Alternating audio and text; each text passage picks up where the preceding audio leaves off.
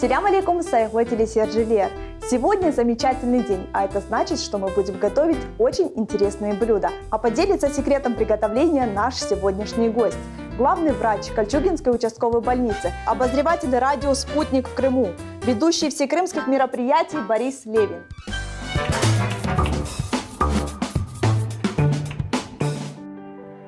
Врач – это не только благородная и ответственная профессия, это призвание. Это очень почетный, уважаемый, но вместе с этим очень ответственный труд.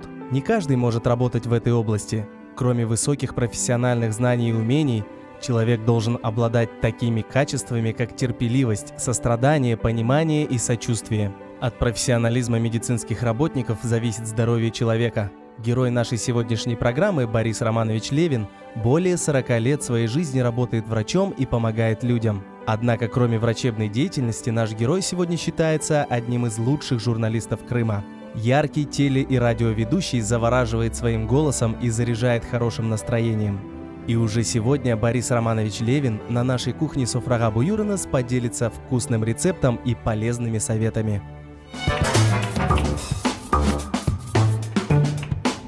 Борис Романович, доброе утро. Доброе. Рады видеть вас у нас в гостях. А я тоже очень рад в очередной раз быть на телеканале «Милет». Как это приятно. Ну что мы сегодня будем готовить? Мне известно, что это будет салат фунчоза с креветкой. Да, и причем фунчоза, да, не для всех, наверное, понятное слово. Мой большой друг Владимир Ким пригласил меня на одну из встреч Нового года по восточному календарю. И я на столе как раз увидел блюда, приготовленные из фунчозы, и спрашивал у него, вот такие мои первые университеты были знакомства. Думаю, нам удастся повторить этот вкус, который вы пробовали впервые. Мы улучшим этот вкус. Какие ингредиенты нам необходимы? Собственно, фунчоза. Поскольку мы готовим салат с креветками, то, соответственно, и креветки должны присутствовать. Они присутствуют у нас в обязательном порядке. Но что значит салат без овощей? Эти ингредиенты, они просто обречены быть вместе в любом салате. Предложим и перец, и морковь, и огурцы. Я думаю, что и перец такой остренький мы тоже добавим. Чили, да, немного добавим. Ну и без чеснока, ну куда без него? Тем более, я думаю, что как профилактика простудных заболеваний мы очередной раз сегодня порекомендуем фитонциды. Они будут участвовать в нашем салате. Здорово. Тогда начинаем. Я готов попросить терку и вооружусь морковью для того, чтобы ее меленько измельчить. Борис Романович, а правда ли, что в детстве вы хотели быть похожим на учителя Мельникова с фильма одного прекрасного? Ой, фильм «Доживем до понедельника». «Доживем до понедельника». С ним связаны наилучшие мои воспоминания. Но да, я могу вернуться еще в школьные свои годы и нашим телезрителям один секрет еще выдать. Они, может быть, не подозревают, что я в одном классе учился с ныне действующим председателем Общественной палаты Республики Крым Григорием Иоффе. И мы с ним были главными глашатаями 7 Б-класса. И вот начиная с 7 Б-класса 40-й школы и по 10 класс мы с ним проводили политинформацию. И я брал тему культуры, спорта, а Гриша, он как политический уже обозреватель тогда открывался. И я очень хотел быть публичным. В детстве, да. И это желание я думал реализовать, поступив тогда в Симферопольский пединститут. Он назывался, ныне Таврическая академия. Насколько мне известно, ваш отец был против. Да, потому что мои родители были очень известные доктора. Отец основал Дом санитарного просвещения, он тогда назывался, сейчас называется Центр медицинской профилактики. И собирал залы по 500-600 человек, рассказывал о системе здравоохранения. Он был популярным оратором. Очень популярный, да, был. И, наверное, здесь генетика сработала все-таки тоже. Да, мама была участковым терапевтом, вот всегда приходила с улыбкой. Ну и понятно, что мои родители, они видели меня доктором. И я сопротивлялся и говорил, ладно, я начну, может быть, с педагогической деятельности, а там посмотрим. А отец говорит, нет, давай мы поиначе подойдем к этому вопросу. А вы не хотели, дайте медицину? Ну, не то, что не хотел. Вы оставляли на потом? Да, я думал, в медицине мне сложно будет себя самореализовать, общаться с людьми, вот так собирать аудиторию. Я тогда уже мечтал об этом. А душа требовала публики. Да, ну и тогда вот мы решили с отцом все-таки модель немножечко изменить, поступить в мединститут, а потом уж как карта ляжет. И он был, конечно, пророком в этом смысле. Он видел, наверное, меня все-таки в белом халате, но при этом и публичностью, чтобы не был обделен. И так, собственно, в конечном итоге и получилось. Вот. И закончил институт в 1976 году, и в трудовой книжке одна запись. Кольчугинская участковая больница. Одна запись, и она уже на протяжении 42 лет. 42 года, да, потому что первый год интернатура в Луговской больнице, а с 1 августа 1977 года, 42 года в этом году буду отмечать, как переступил порог любимой, единственной Кольчугинской больницы. Расскажите, какие вот плюсы и какие минусы в вашей работе? Это ведь не все так легко и просто. Ну, в работе, если медицинской говорить, то я могу сказать, что моя журналистская деятельность и вот публичность помогают существованию больницы очень даже. Потому что вот за последнее только время мы смогли реконструировать 2 основных кабинета с нуля. Педиатрический и терапевтический. Причем все это сделано благодаря поддержке моих добрых друзей, депутатов нашего парламента, которые выделили все стройматериалы, поменяли окна и двери. Так я вам больше того скажу. Лаборатория у нас здание стоит отдельно от поликлиники, и, конечно, проходимость там огромная. Но та дверь, которая там была, это была моя боль. Она и скрипела, она и трещала, она и не закрывалась порой. И я в частном разговоре со своим другом обмолвился, говорю, ну вот все вопросы решаю, но вот по лаборатории, ну никак не могу закрыть эту тему. Он говорит, так давайте я поможем. Ну, я был уверен, там из металлопластика какая-то дверь появится, он поможет, там приедут. И на следующий день? Приехали на следующий день его люди. Сделали замеры все необходимые и уехали. Они привозят дверь из ясеня. Я узнал потом стоимость этой двери – 70 тысяч рублей. Просто можно слушать закрытыми глазами. Ошалели, да, что у нас появилась из ясеня дверь на лаборатории. Ну, и это действительно очень приятно, когда друзья вот так выручают. Кадровый голод ужасный. Конечно, вот те вопросы, что мы поднимаем на встречах с медиками относительно обязательного распределения после окончания института тем, кто на бюджетной основе учился, это веление времени. От этого нам не уйти. Иначе это будет катастрофа. Как вы думаете, почему такая проблема, что молодые специалисты не хотят идти в государственное учреждение?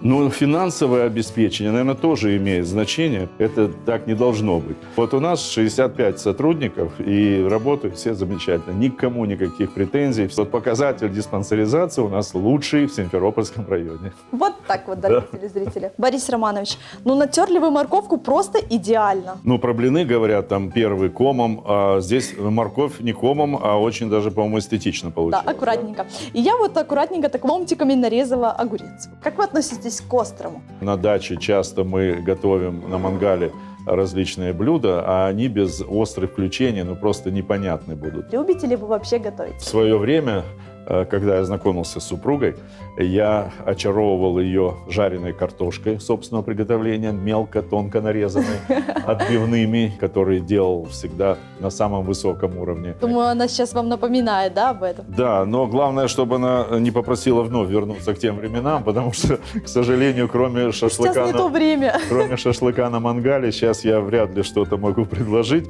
но единственное, очаровываться приготовленной ею едой. Это хорошо. А что жена готовит вам чаще всего? У нас обязательно условие первое блюдо. Я вот бывал в Соединенных Штатах Америки, и много раз бывал, и подолгу, и 3,5 месяца когда-то.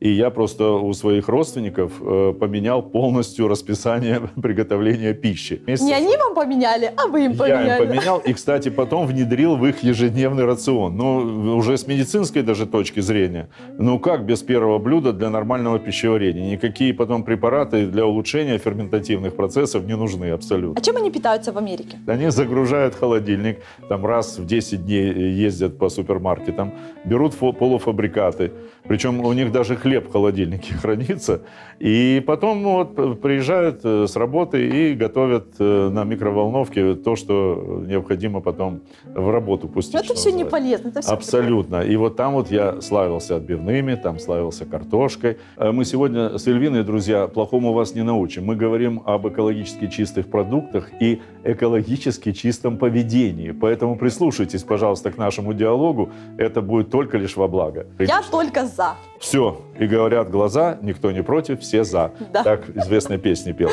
У вас все ассоциации с песнями. Мгновенно, потому что такое количество песен, которые я знаю, причем песни, которые, я всегда люблю говорить, они лежат себе в левом полушарии и ждут своего выхода.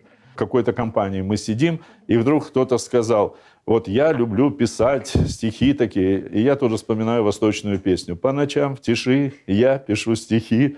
Пусть твердят, что пишет каждый в 19 лет. Какая у них реакция в ответ? Они обалдевают, даже те люди, с которыми я знаком многие годы. Борис Романович, у вас великолепная память, я думаю. Ну, надо раскладывать по полочкам.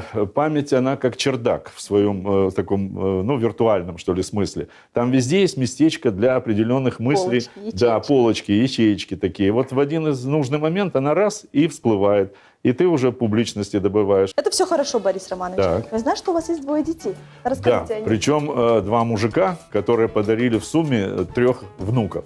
Класс. Да, 2 внучки живут, увы, за пределами нашей страны, в Соединенных Штатах Америки, с сыном Мишей. И Игорь здесь у нас, в Симферополе, подарил нам Ярика. Что поменялось в вашей жизни после рождения внуков? Очень много. Если раньше я, условно, там возвращался домой в 18 часов, где-то ближе к 19, сразу же компьютер, новости, подготовка к радиопрограммам, к медицинским своим каким-то проблемам, то сейчас нам забрасывают, в хорошем смысле, внука. Хорошо живут рядышком дети, и они где-то к 6 часам его приводят к нам. Это такая радость, причем родители ревновать начинают. Он уходить не хочет от нас. Тому не хочет возвращаться. Я его вылавливаю, я его уже пудрю, Надо извините, же. мозги всякими рассказами, как наш гараж, вот где мы машины ставим, давай на стройку поедем, там цемент, песок загрузим. И только на этом он разрешает надевать на себя комбинезон, чтобы идти домой. Сколько всего нужно рассказать маленькому ребенку для того, чтобы он собрался домой? Ну, благо опыт у меня есть публичности, ведь на радио у меня гости, как я люблю говорить, от теплокоммунэнерго до политиков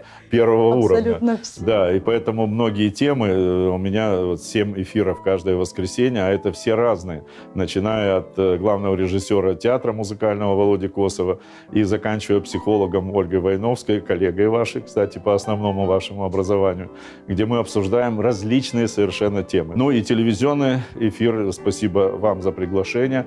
Я думаю, что мы никаким образом не конкурируем с ТРК Крым. Исключительно дружба. Да, на Первом Крымском выходит моя недавно вот созданная программа «Доктор Левин». Да, о чем эта программа? Никаких нравоучений особых нет. Никакие слова типа этиология, патогенез. Я рассказываю, как правильно измерить давление артериальное. Ведь это тоже наука. Я рассказываю о здоровом образе жизни, о том, что в целом здоровье человека состоит на 20% от генетики. Это очень важно. 15% экология, то, что нас окружает. 15% это уровень здравоохранения того региона, где мы живем. А 50% образ жизни человека. Вот если эти 50 у нас будут в порядке, то не столь заметны будут недостатки остальных 50. Поэтому в очередной раз призываю к здоровому образу жизни. Как было бы здорово, если бы каждый человек вот учитывал эти проценты, знал бы, что от него зависит вот именно на 50% от его образа жизни, то, что он ест, как питается, какую гимнастику он делает, ведь это все влияет. Конечно, и в данном случае вот нынешняя сейчас ситуация, она усугубляет вот проблемные моменты по здоровью. Я имею в виду появление гаджетов, появление вот компьютеризации. Это великая сила. Это, конечно, завоевание 25 последних лет вместе там, с мобильной связью, то, о чем мы не мечтали в те годы. Но это имеет и оборотную сторону медали, которая, к сожалению, забирает активность нашу. Борис Романович, вот уже на протяжении 24 лет ваш голос узнают не только в Крыму, но и за его пределами. Учитывая то, что ваш отец был великим оратором, расскажите, какие, возможно, качества, либо какие-то секреты вы от него взяли себе? Есть наука, которая риторика, которая обязательно должен пройти каждый публичный человек и быть таким своего рода цицероном, общаясь с аудиторией. Это один из аспектов очень важных. Надо быть человеком, который знания получает извне постоянно. Я в свое время вот преподавал в нашем факультете университета Поплавского, здесь у нас в Крыму был, и была у меня подготовка, это ведение телерадиоэфиров. И пришли ко мне выпускники школ, первый курс, будущие, как они себя видели, телерадиожурналисты. И я им говорил словами Аркадия Райкина: забудьте все, о чем вас учили в школе. Вот сейчас мы начнем с вами просто с общих знаний. И я начинал задавать им вопросы. Любимые барды кто? Высоцкий, Окуджава, Висбор. Ну, давайте споем какую-нибудь песню. Тишина. Так сразу, да? Тишина. Я их научил на первом курсе ловить информацию, какая бы ни звучала. Откладывайте у себя, через себя пропускайте. Из медицины, из политики, экономики, культуры, спорта. Все пригодится. Вот общие знания плюс возможность элементарно интеллигентного общения с людьми – залог будущих побед. Здорово. Как отзывались вот те студенты, которым вы сказали, забудьте все? Когда они заканчивали, они уже благодарили, что очень много почерпнули, потому что мы и басни с ними читали, мы и прозу читали, и они перед камерой, ну, виртуальной камерой выступали, и я им стендап давал микрофон. Вот Здорово. с места событий расскажите, вот сейчас там, не дай бог, пожар, о чем вы будете говорить, прежде чем сюжет будет показан. Они, мы с вами в гуще событий находимся и сейчас, и дальше по тексту. Подыгрывают. Да, подыгрывали. Ну вот ради этого я и работал с ними, и очень рад, что многие и пошли по пути, вот, о котором они мечтали. Борис Романович, мы практически все наши овощи подготовили.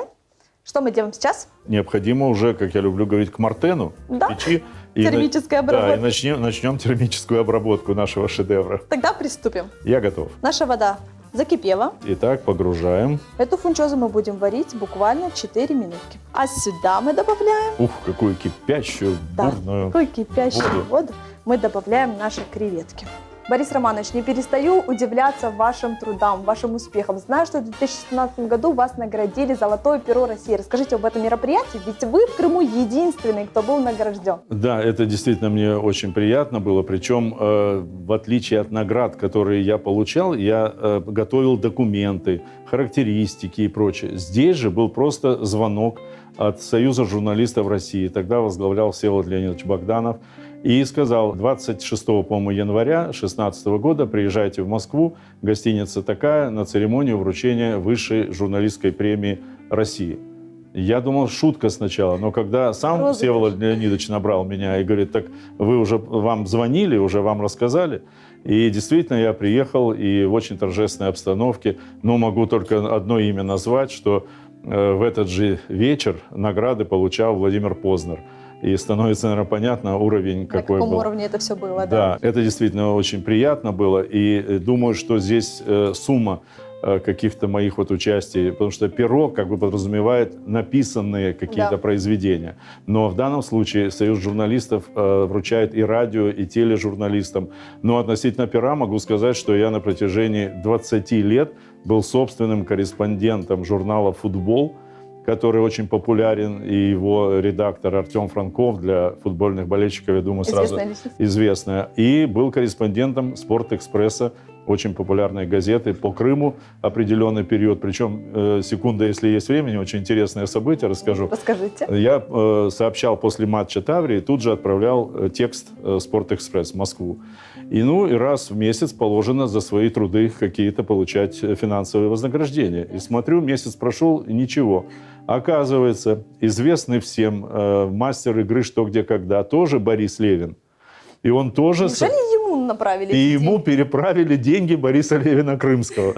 Да, и потом звонит мне Борис, мы с ним тоже познакомились, и говорит, вы же заберите свою часть. Я не понял, откуда дополнительные средства пришли. Я говорю, вот так у нас с вами одинаковые имена. Вы так с ним познакомились, и да? познакомились с ним. Точно так же я познакомился с главным героем сериала «Интерны». Да. Там, помните, Левин. Борис Левин, там же тоже, да?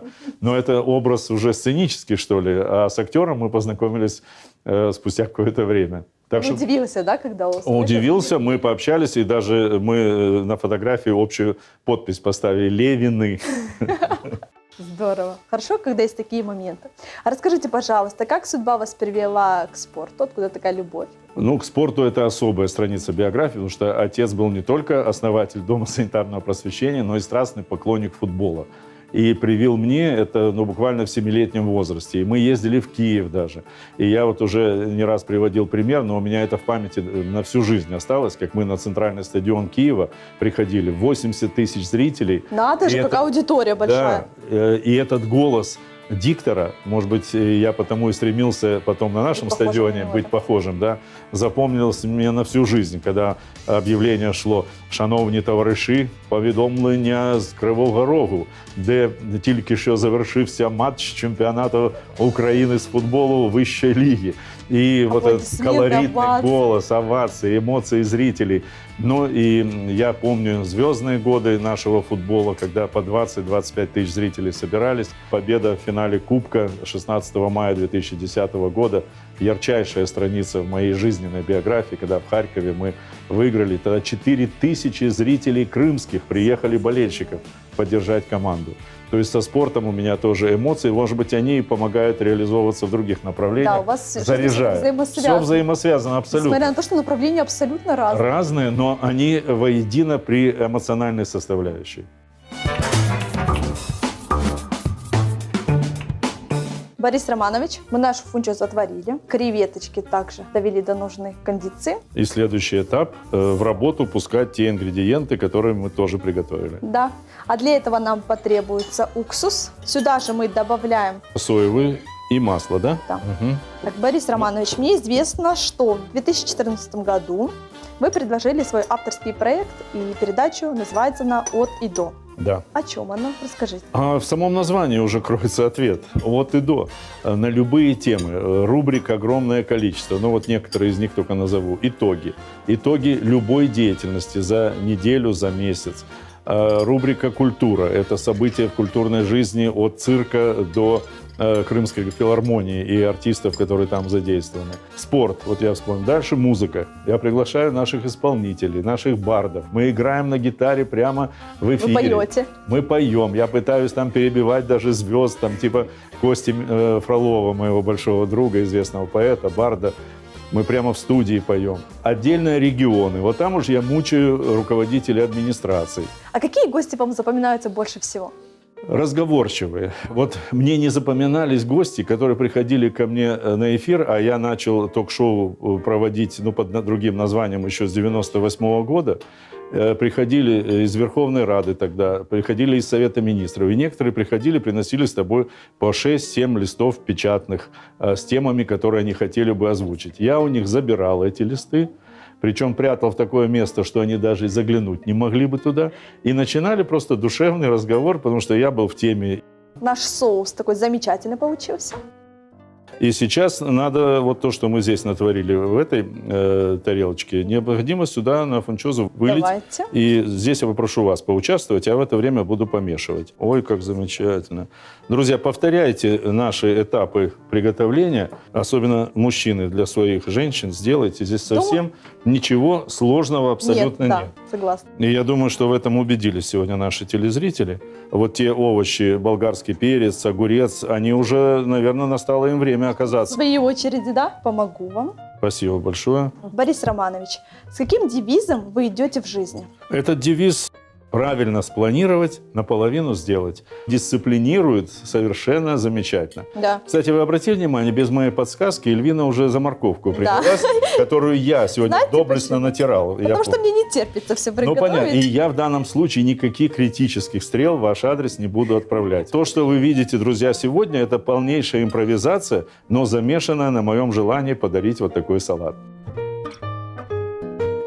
Борис Романович, какой замечательный рецепт вы сегодня нам подарили. Ну, я вам скажу откровенно, дома у меня так красиво не получается. Это только благодаря вашему умению и желанию. Я это ощущал на протяжении всей программы. Я думаю, что это волшебство нашей студии. Да, не без этого. И надеюсь, что мы открыли первую страничку, мою кулинарную, на телеканале «Милет», вашей авторской программе. Да, это очень приятно. Борис Романович, я вижу, у нас кунжут. Пора? Угу. Что мы делаем? Посыпаем Ну, сверху, да? посыпаем, да.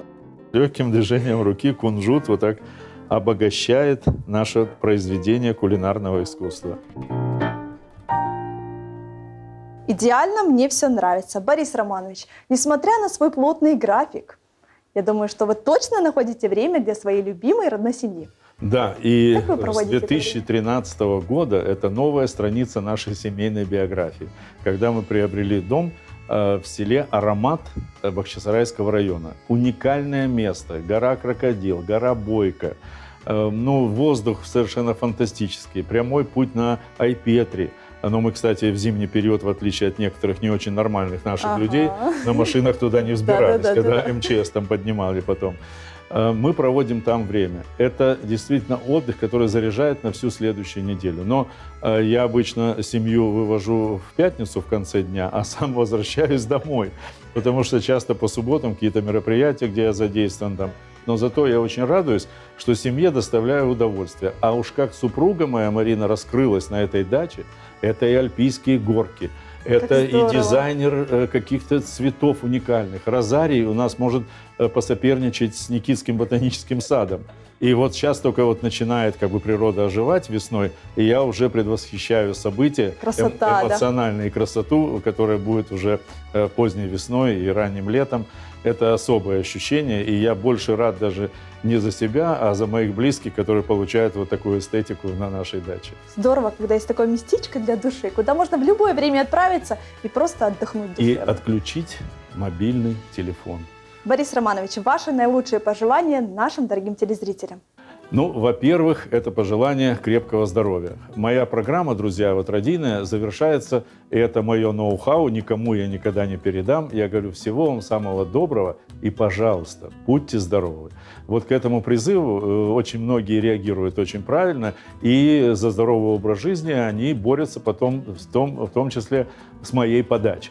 Ну и главное, улыбайтесь, друзья, потому что в дом, куда вхожа шутка, не вхож участковый терапевт. Это уже известно. Если у вас в семье, с детьми, с супругой, с родителями будет всегда такая гармония отношений, то я уверен, что у вас будет все в полном порядке, и у вас будет огромное желание сюрпризы приятные, неожиданные делать своим близким. Борис Романович, большое спасибо, что пришли к нам в гости, поделились замечательным рецептом. Спасибо вам. До встречи. Дорогие телезрители, желаю вам настоящего, хорошего, удачного и счастливого дня. Это была программа «Сопрага Буйрнус». Аштат Валсон, Корочкенди.